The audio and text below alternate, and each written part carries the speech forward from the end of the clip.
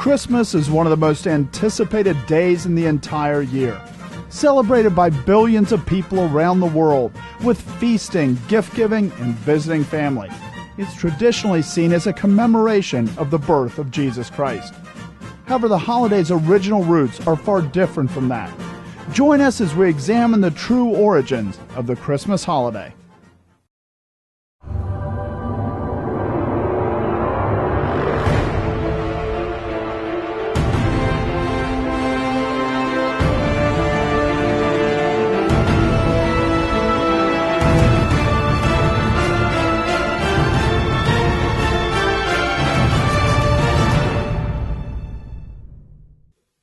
December 25th coincides approximately with the winter solstice, a day with great religious significance in ancient pagan cultures because the days begin to lengthen. Pagan religions often center upon the celestial cycles. Many of the ancient religious sites, such as Stonehenge in England, the Mayan temples of South America, or the Greek and Roman temples, were built in a way that coincided with the movements of the sun, moon, and stars. With this focus on the heavenly bodies, it's no surprise that one of the major feast days for religions all over the world occurred at the time when the sun's presence in the sky begins to increase, the winter solstice. The winter solstice is associated with the birth of the sun god, reappearing after months of greater darkness. In ancient Egypt, the winter solstice was the feast of Horus, the son of Isis, the goddess of nature. The gods Isis and Osiris and their son Horus are very common in most pagan religions, although at times under different names. In the myth of Osiris, the king marries his sister Isis and is murdered. But after his death, he conceives a child with Isis named Horus. This is a distorted version of the Christian religion, where Jesus Christ, the Son of God, is born of a virgin and dies for the sins of the world, but is raised from the dead after 3 days. It's thought that the myth of Osiris is the same as the biblical figure of Nimrod, mighty hunter and founder of Babylon, who supposedly married his mother, Semiramis, and was worshipped as a god after his death. Semiramis and Nimrod, mother and child, spread through the world as one of the major religious influences in opposition to Judaism and Christianity. The Babylonians celebrated the winter solstice with the Feast of the Son of Isis, commemorating it with gift-giving, partying, and gluttonous eating and drinking. The Romans also celebrated the winter solstice, calling it Saturnalia, honoring Saturn, the god of agriculture. It was a week of riotous partying and lawlessness from December 17th to the 25th. It was even sanctioned by the government. The courts were closed, and the law declared that no one would be punished for damage of persons or property during the celebration. As the Christian religion grew and began to hold an influential position in the Roman Empire, it did not remain uninfluenced by the culture itself. One ceremony adopted by Roman Christians was the celebration of the winter solstice, which became Christmas. Pope Julius I made it official in 350 AD, declaring that Christ's birth would be celebrated on December 25th, trying to synthesize with the Roman pagan religions by adding their feast to Christianity. However, the Bible does not say that Jesus Christ was born on December 25th. It doesn't even record the date of his birth at all. It does say that the shepherds were with their sheep, putting the date of Jesus' birth probably sometime in the summer. This, however, did not stop the Pope. By turning the riotous feast of Saturnalia into Christmas, many pagans were brought into the church with the promise that their feast would not have to change.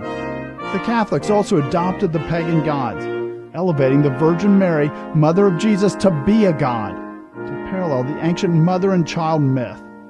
The early Christmas holidays were celebrated like Saturnalia, by drinking and singing naked in the streets, a precursor to today's caroling. Christmas was not the only time Roman Catholicism joined with an old pagan religion.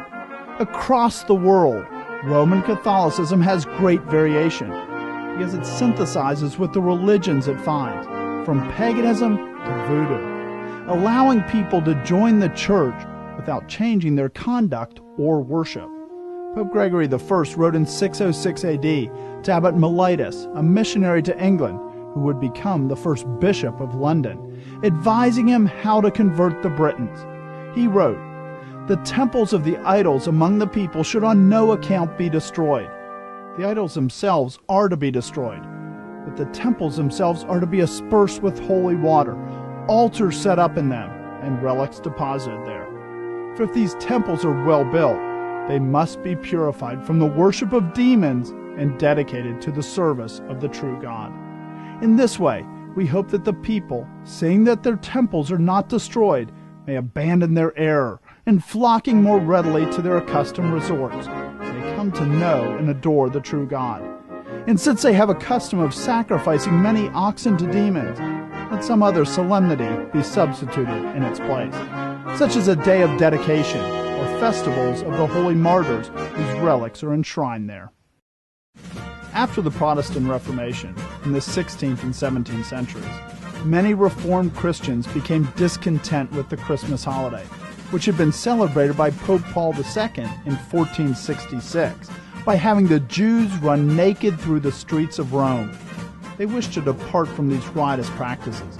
Increase Mather, an American Puritan, wrote in 1687 that the early Christians who first observed the Nativity on December 25th did not do so thinking that Christ was born in that month, but because the heathens' Saturnalia was at that time kept in Rome, and they were willing to have those pagan holidays metamorphosed into Christian ones.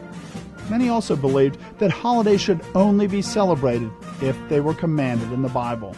The celebration of Christmas was illegal in Calvin's Geneva. In 1647, after the English Parliament prevailed over the king in the English Civil War, they outlawed the observance as well. It was not reinstated as a public holiday in Scotland until 1958. This view was brought over to the New World, and when the Puritans settled in America, in some areas the celebration of Christmas was outlawed entirely. The Pilgrims who settled in Plymouth were opposed to the celebration of Christmas. They allowed freedom of conscience to those who disagreed. The governor allowed them to take the day off of work, but when he found them playing games in the streets, he told them they must make it a day of worship or not celebrate it at all. Over the next decades, the celebration of Christmas increased as theology became more liberal.